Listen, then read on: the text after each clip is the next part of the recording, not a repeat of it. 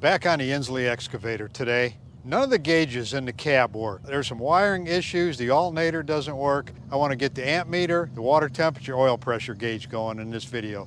Okay, I took some access panels out of here so I can see wiring, the back side of the gauges. I can see the wiring where it goes down through the frame and back to the engine. Now I've got an amp meter, oil pressure gauge. The water temperature gauge did work one time and then it quit. So I think the issue is the ground. Oil pressure gauge, I'll get to that later, and the amp gauge. And amp gauge doesn't work. I tested the alternator. It's completely dead. I've got a new one to put in there. And I start with a good alternator, so then if it doesn't work, I know it's a wiring issue. So here's one of the things I'm thinking right off the bat. This box that all this stuff sits in, the bottom is rusted pretty good. And these gauges need a ground. I don't think there's a ground going from this to the chassis because it bolts to the floor. Well, the cab actually sits on rubber mount. Here's some of the rubber cushion that they bolt this cab to the frame with. I don't think there's an adequate ground going from this down to the chassis to machine. And looking in the owner's manual on the wiring diagram, I can't find any extra grounds on here. Nothing that would ground all this to the frame. So I'm going to get the alternator bolted in first. Now this is a one-wire GM alternator, and I used the original Insley pulley and fan on here because it was a little different design than what come on here. And this alternator is from the 70s or 80s. That's the style they use. So I found one on Amazon, fits cars, and it says it's popular for tractors and machinery because it's self-exciting right when you start it up. I'm going to clean up the mounting bracket for the alternator to make sure it gets good contact, to make a good ground.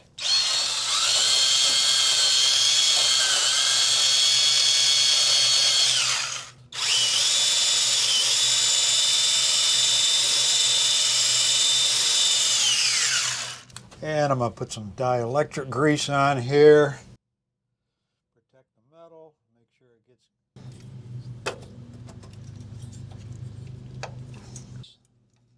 mounting bracket.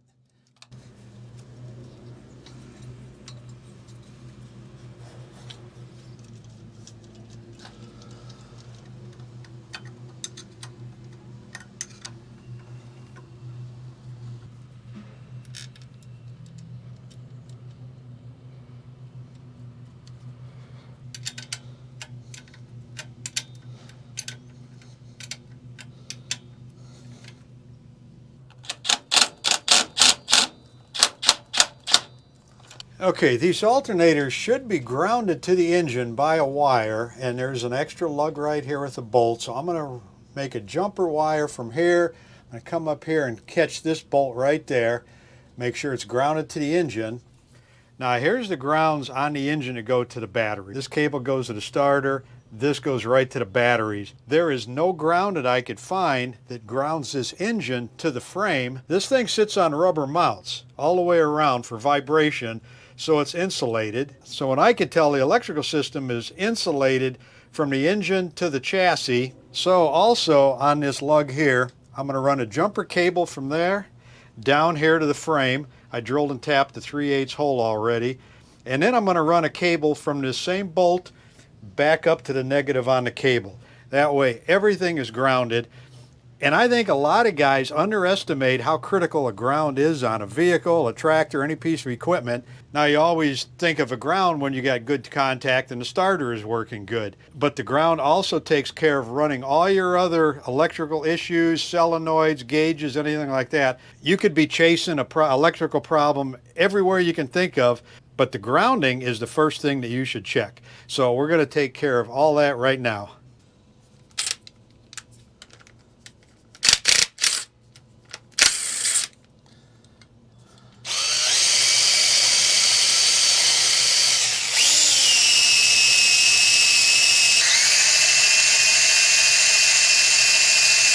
All right, here's my ground wire I made up.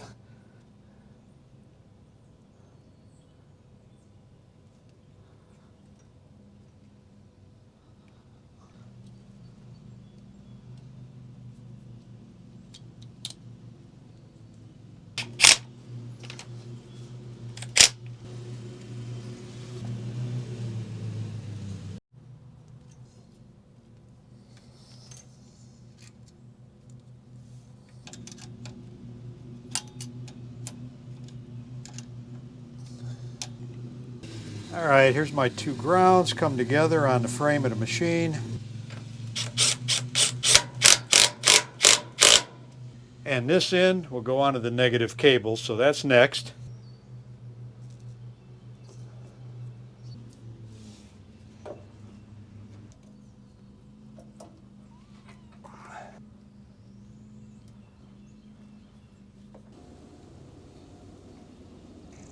Now this is the middle of April. The last thing I did on this machine was last fall, early winter, maybe middle of November. Drained the antifreeze. I put all new radiator hoses on it, new fan and alternator belt, new antifreeze in it, and I also put a new temp sensor for the temperature gauge.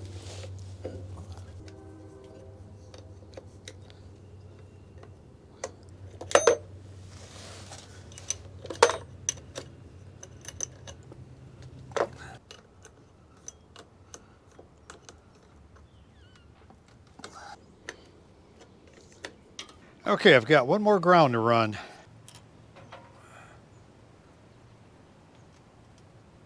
This ground wire, drilled and tapped a 1/4 inch hole in the frame here. This is going to go up into the cab and hook to that instrument panel. Get this zip tied up in place once I got the other end secured.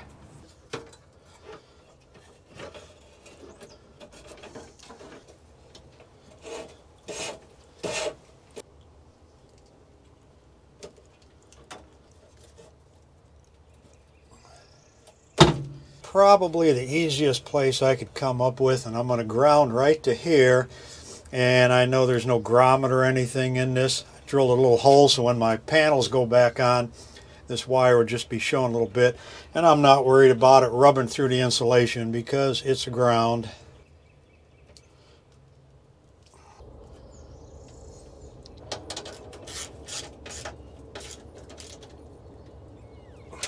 Okay, all the grounds are hooked up, alternator's done, battery's connected. Let's see if the amp meter and water temperature gauge do anything. Now, I'm not expecting miracles here, so if there is an issue, I got to just start tracing wiring, look for a disconnected wire or something cut. So let's start it up, see what happens.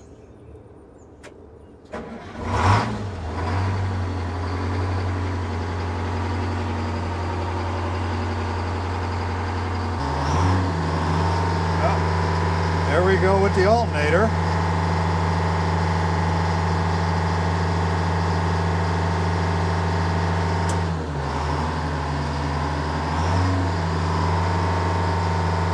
Engine's going to have to run a while for this gauge to do anything. It starts at 100 degrees, so I'm going to let it run about 10 minutes.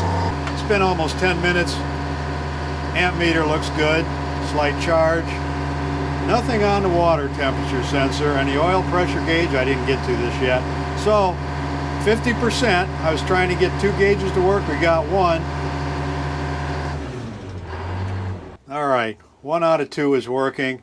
Next thing I'm going to do, start checking this, make sure I've got power at the gauge, check the wires for continuity. Okay, I've been going through this wiring harness here. Here's what I found. This solenoid powers all these circuit breakers right here. There's a hot wire coming in and it jumps to every single one, and every single one is dead. Key on the run position, which they should be live, and I've got nothing. Here's this magnetic switch, which is a solenoid, and this wire feeds all these circuit breakers. So that should be, okay, we're hot on the incoming. And that should be hot when you turn the key on the run position. And I've got nothing. And I took these nuts off, cleaned everything up, didn't make any difference. This should power the solenoid from the key, but I don't have any power there from the key. So I started tracing the wires from the ignition switch, and I've got a wire here that was laying here that the end was taped up.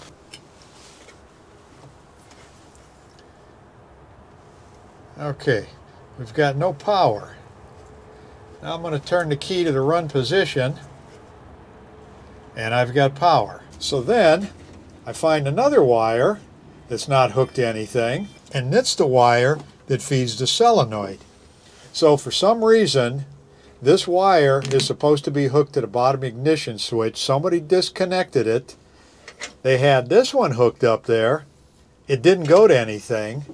So I'm not sure what is going on here, but just for a test, if I take this, this should power that solenoid, and I'm going to jump it to one of these hots over here where it says exterior light.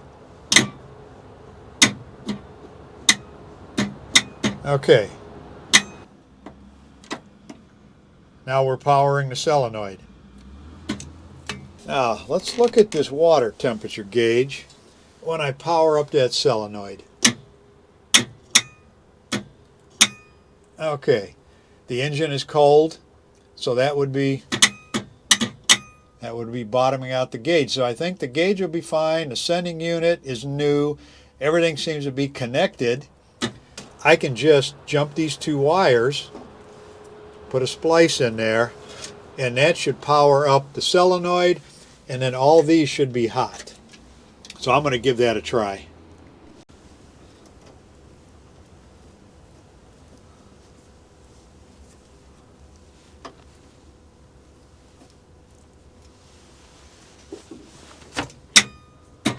And I can hear the solenoid.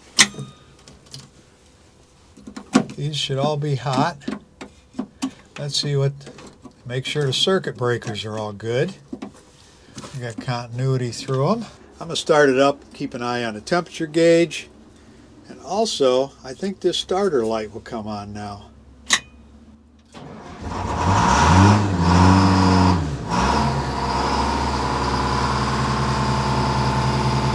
I'll let this run about 10 minutes.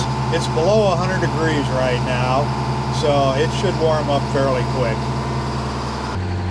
All right, we're about 100 and probably 15 degrees right now, so it seems to be working. Here's the wire that goes to the oil pressure sensor. And here's what I have. A gauge that is impossible to see. I don't know why somebody took the sending unit out and put that gauge in there. My theory is when they disconnected the hot wire from the ignition to the solenoid that fires up all the gauges, all the other electric stuff in the machine. For what reason, I don't know why they did that, but none of the gauges worked, and I think their solution was, let's just put a gauge in here so once in a while we can crawl inside the machine and try and get your head in there and see what the pressure is. I'm going to get that out of there and put a sending unit in it.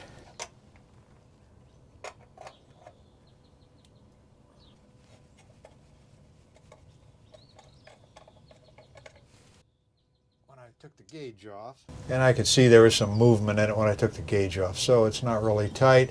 I'm going to put some Teflon tape on these threads and put this 90 back in there.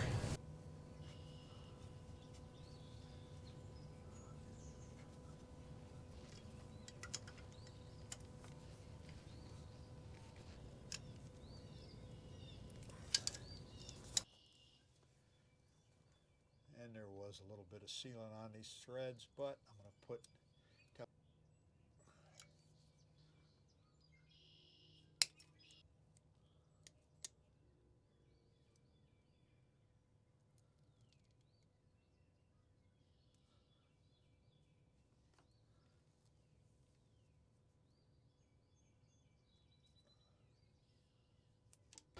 all right, it's either going to work or it's not going to work. Let's keep an eye on this gauge.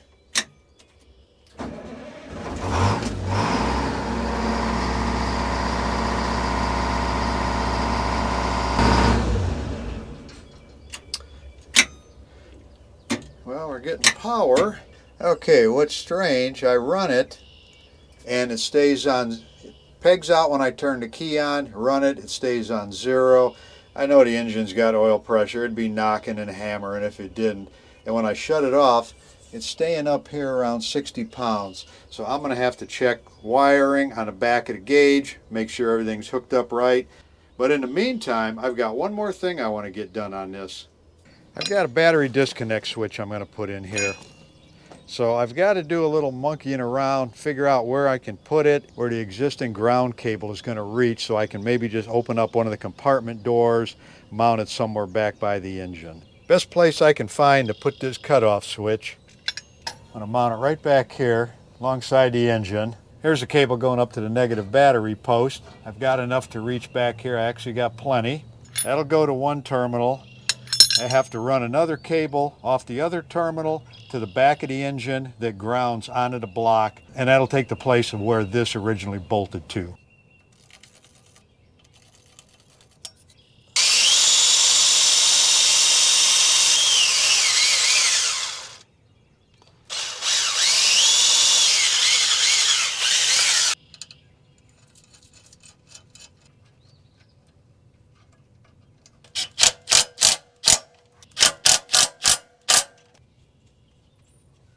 This bottom terminal goes right to the battery.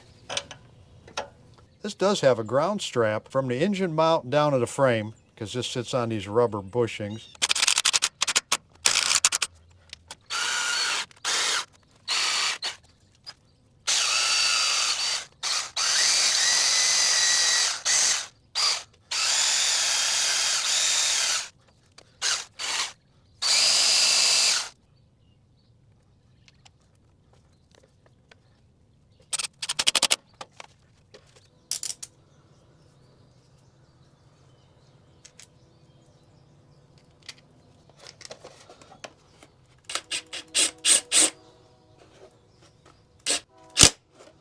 Okay, when I run these extra ground cables, I run one from here right up to the negative battery post. So that's the one I put in the back, and it hooks to the cutoff switch and down to the frame where that engine ground was. If I left it hooked to here, it would bypass that cutoff switch. There's a line-up pin on this switch that goes into that hole there.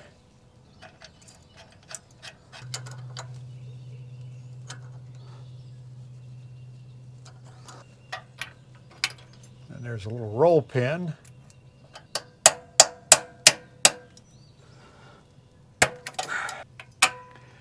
And this has a lockout feature. There's a hole right here, and you can put a small padlock on that, keep somebody from tampering with it. So I ordered an oil pressure gauge off of Amazon. In the description it says all metal construction. It's all plastic, but we're going to try it. This is incoming wire for power, and this wire goes to the sending unit. I run a ground wire off that third terminal, and I used a ground lug right here on that solenoid, and that should do it. Let's see what we got.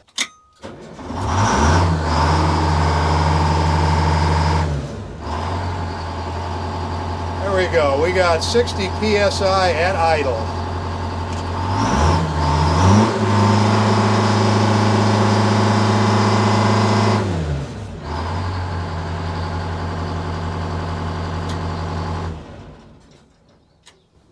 I don't think we can do much better than that. Okay, this Insley is one step closer being put back into service. Thanks for watching.